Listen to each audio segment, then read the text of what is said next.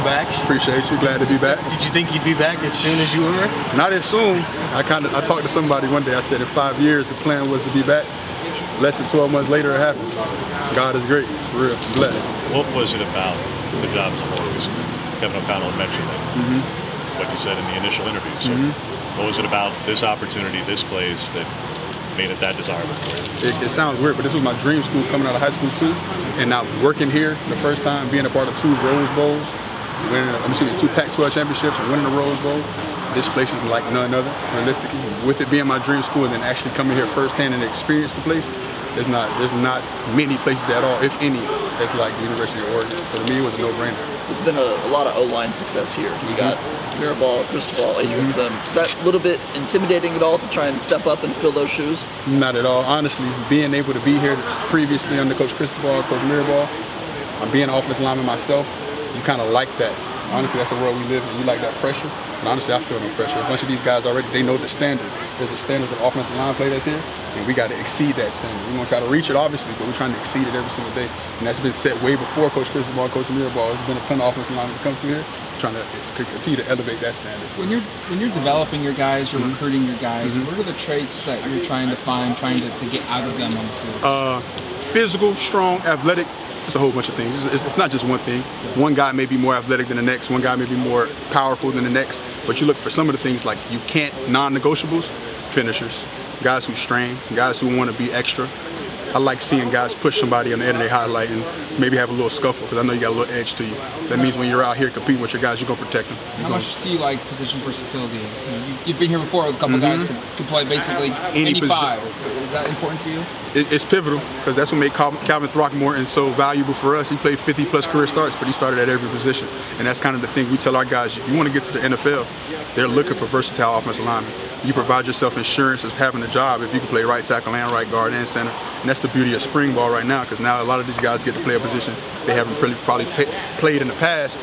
And now you're getting a little bit more tools in your toolbox. So that's going to be huge for us, getting guys to be versatile in multiple ways. Do you have any of those guys on the roster right now? Without it. I mean, honestly, that's the best part about spring. Even if you don't have guys, you kind of force it. Right. You kind of force it. So guys who may have never done something before, they got to do it this time. What is your evaluation now of the offensive line, where it is, and any couple of guys that are standing out? Yeah, I mean, right now, all the guys are competing their butt off, really. Guys are competing their butt off, and right now, I think we're in a great spot. You got some young guys, obviously, with turnover, some change with Alex Forsythe and Salah and TJ Bass leaving. And we're kind of in that transition that it was with them 3 years ago. People forget where they were the pups, and we see all the success they've had, obviously, because they've grown. We're in that next phase now. And we got a ton of guys that's working their butt off. I could sit here and name every single guy because right now, the grind they've had in the winter training, and now bringing it in the spring, they're competing their butts off every single day. And if it's anything that we ask of them, they're going to do it. Getting into the weeds of technique, Mario and Alex were double under guys, and Clem was more of an inside chest plate guy. Seeing the meta balls out there, is double under kind of the preferred method for you? It's the preferred, but it's a little bit of variety. There's so many different ways your hands are going to fit in offensive line play. There's going to be times when it's going to be more double under. There's going to be times when it's going to be tight hands. And it's more dependent on the technique. A down block, it might be more tight hands than double under. Wide zone might be more inside hands. Now we talk about inside zone or tight zone, we need double under, lifting guys leverage. So being able to give our guys all the tools valuable that when they get out there on game that they can use whatever's necessary. And you have several guys back who you coached before. Stephen Jones being one of them. How much does having a guy like him who has, by experience, the most experience, most starts, and things, you talk about the versatility also, guards, tackle. I don't think you're ever going to put him at center. If he can help, that only help him. But how much does his presence help in this transition? Without a doubt. And it's crazy because I told like him, Marcus, JPJ, they were pups when I left. So those guys now to being in a leadership role and being in a role where they're the man in the room is great because even when we introduce an indie or something like that, they've done it before. They remember some of the lingo we had. So I'm able to connect some of the things that we were able to talk about before, bring it to life now. They're now able to help the young guys. So it's pivotal for us. This place being your dream school, you were a recruit. Does that come up in recruiting for you now, or does that passion you had for this place as a player help you as a recruiter? No doubt, because to me, I feel like I'm not lying. I feel like a lot of people recruit and lie. Yeah, there's nothing to lie about. You literally come to this place, you can see how special it is, and then actually experiencing it firsthand. It's like, you know, you have your dream, like you think of Disney World and all that, but you get to see the behind the scenes of how this place runs and how what makes it so successful. It's so much easier to recruit because like it's your dream school, and when you get here, I'm gonna show you even more reasons why to be your dream school. As someone that's been here before, what was the first thing you noticed about the way Dan Lanning thinks? Man, to me, I say it all the time, he's like a maniac, but in a great way. Like, he loves everything Oregon football. Anything possible to get us a national championship, that's what his aim is. And if you're not somebody who's along that, you may seem like, oh, coach is wild. Nah, coach is locked in on one mission and one goal. And if you're not locked in with that, please step out the way. We got one mission, one goal. And he's gonna, every single day, he's consistent with that. There's no waiver, there's no roller coaster in him. Coach is a rocket. We going to the top. Forsyth really credited you with helping in that 2020 and become the center, etc. That's your home, that's your spot. Yeah. When you're replacing him, you've got guys who just haven't had a lot of career snaps, literally and figuratively. Literally, yeah. What are you looking for in there, and how do you get JPJ and Marcus to feel comfortable with snapping to a really experienced player? And to me, it's more of a confidence deal, especially at center.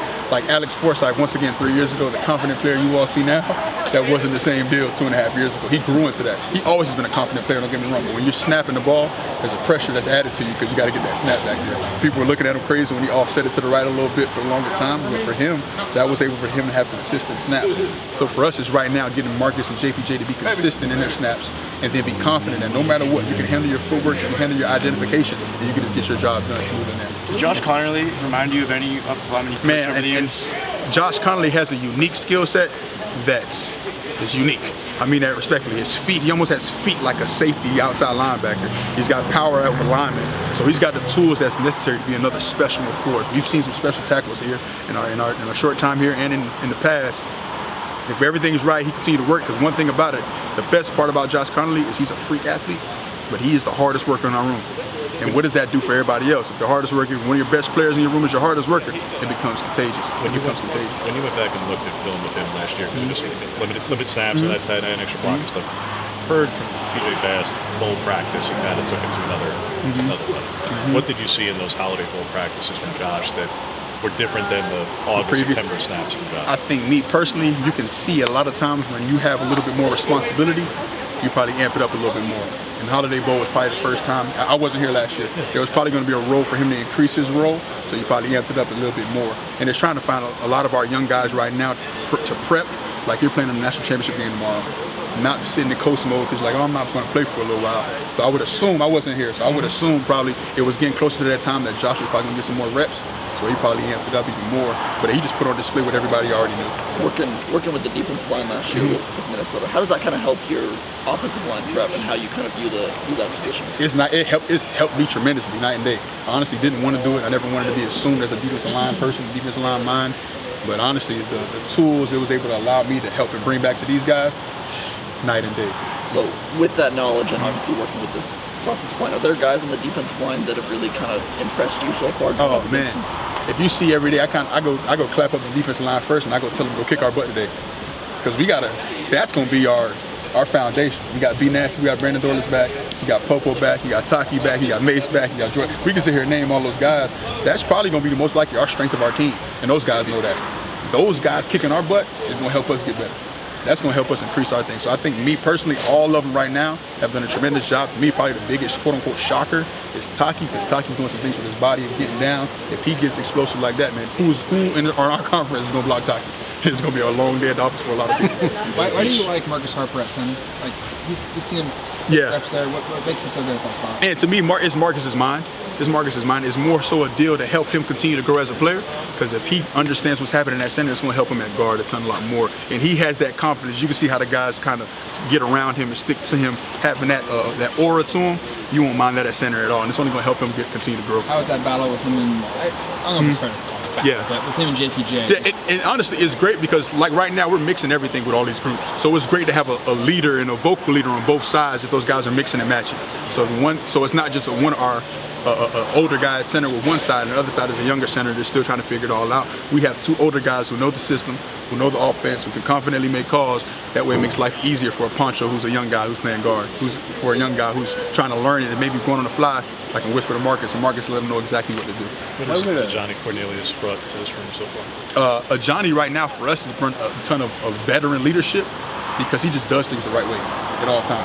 Like if you watch for Johnny, you look for Johnny, and Johnny's gonna be in the meeting room early, he's gonna get extra work, he's gonna ask extra questions. For our young guys, it's a great person to be looking up, because he's gonna come to work every single day. And you can see hopefully if you all see it, every single day, 65 gets better and better. So we hope to continue to grow on that path. And as long as he continues to get confident, continues to know he's got the skill set to be whatever he wants to be, he's going to be in a solid spot. What's it been Following like? up on that, why would Steven and Johnny, why are they a good fit together on the right side? Realistically, right now, I wouldn't say it's the greatest fit. Right now, we're just rotating. And right now, we want to try Grizz out of some guard, try Grizz out of some tackle. So it just happens to be that fit right now. And when you look at it right now, you're not mad at that side at all. If it were to pan out, we play the game tomorrow. But that's not the case. We just got guys rotating right now. And it's just good to see those two guys because when you have large humans on one side, that's almost what it looked like when Shane and Panay were on one side a few years ago. You know what that does for you. So it helps protect the quarterback without a doubt. And I think for them, being both older players, they can see things a lot faster, be able to communicate things way before it happens. What's it been like working with Will Stein and just kind of getting used to his offense and kind of getting some ideas out there? I see exactly why Coach Leonard brought him here. Like I see why Coach Leonard brought him here because you can just tell the offensive mind that he is. Great energy, brings his energy every day. He's trying to bring the guys together. And obviously he knows like it's bigger than just running the ball or it's bigger than just passing the ball. It's having a cohesion of both. We're going to run the ball, but we're going to run the ball so that way we have one safety high, Troy Franklin, who's going to dunk on somebody. So those are the things you can see he's really trying to attack and getting our guys to get bought into it every single day. You mentioned putting guys in different positions on purpose in the spring. That's always part of the experiment. It's the time you do it. How much does Junior being limited right now impact, like you talk about Steven and Johnny being on the right side? Maybe that's long term, maybe it's not. But that if Junior were here, how much does that impact what you do on the interior? Who's just a very big, experienced body in the interior? Yeah, and it's not that it's a horrible thing right now. Once Junior gets healthy, we'll have Junior right back in the mix. But for us, once again, it just provides another opportunity for somebody else. And now Poncho can come up and play some guard. Mike Wooten can play some guard. Guys who probably wouldn't have got as much guard reps if Junior was here, they now get some more ample reps now. And once again, the more reps we get in the bank, it only helps our team. Truly. Thank you. Appreciate y'all.